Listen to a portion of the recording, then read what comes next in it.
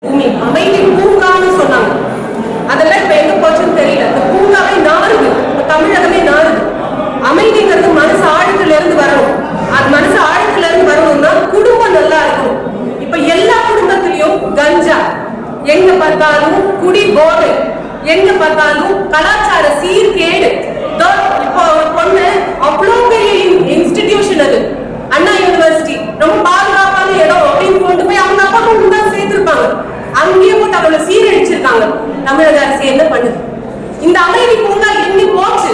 எப்படி நாங்க தைரியமா இருக்கிறது? தாய்மார்கள் எப்படி தைரியமா இருக்கிறது சொல்லுங்க.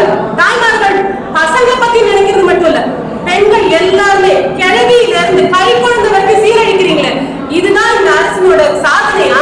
இது என்ன விடியல் அரசு விடியல் அரசுன்னு சொல்றீங்களே? எங்க வாழ்க்கையை இருட்டாக்கிட்டே வரீங்களே. பொம்பளைங்க கொஞ்சம் கூட மரியாதை கிடையாதா? எங்களுக்கு ஒரு கன்சிடரேஷன் கிடையாதா? இன்னும் எத்தனை நாள் எங்களை இப்படி பார்த்து சும்மா இருக்க போறீங்க?